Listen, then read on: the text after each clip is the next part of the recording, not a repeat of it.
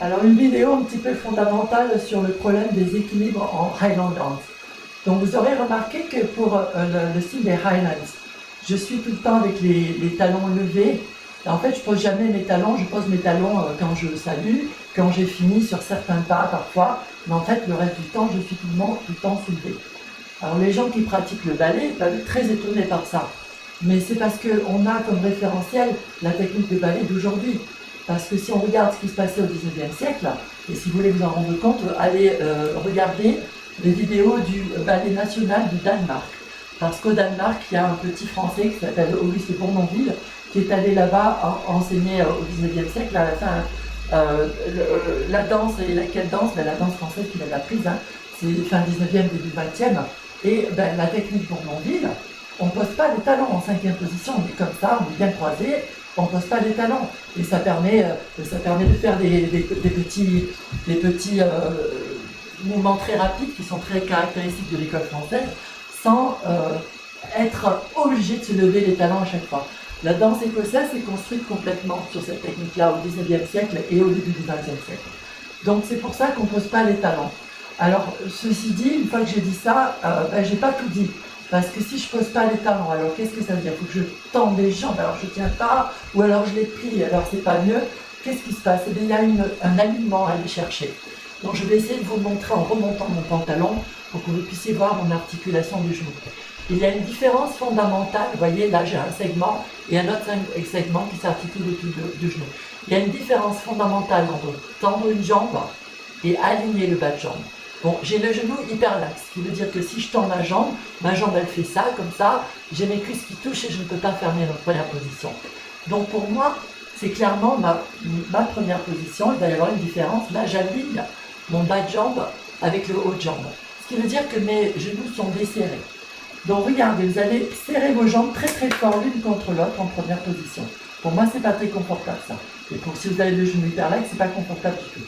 Et puis vous allez monter ici. Et vous allez voir que ça vous demande une force incroyable, c'est vraiment pas du tout stable, rien.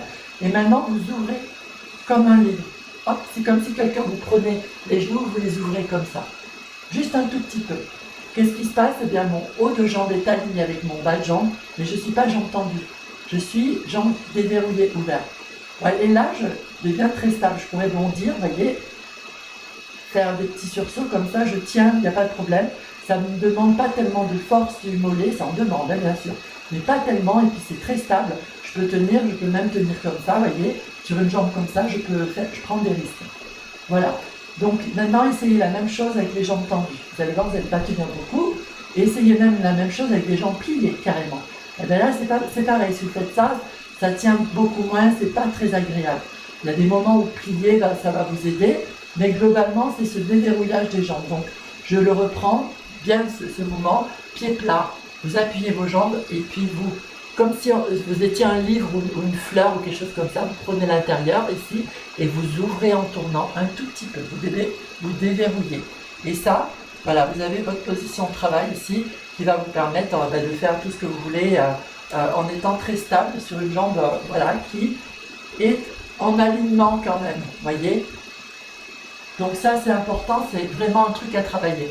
Une fois que vous avez cette ouverture ici, vous pouvez vous entraîner à monter ici, faire des petits pas jambes tendues, hein. Je ne me plie pas, mais je ne tends pas mes jambes bloum comme ça, je reste dans cette configuration de jambes semi-ouvertes. Voilà, je croise mes talons, c'est très stable, vous voyez. Et maintenant je peux faire des croisés, ça c'est les fameux croisés du chanteuse que Fanny a fait une vidéo pour vous expliquer. Hein. Vous voyez ici derrière et devant et derrière, ou bien derrière et derrière et derrière. Mais toujours dans cette ouverture du genou comme ça.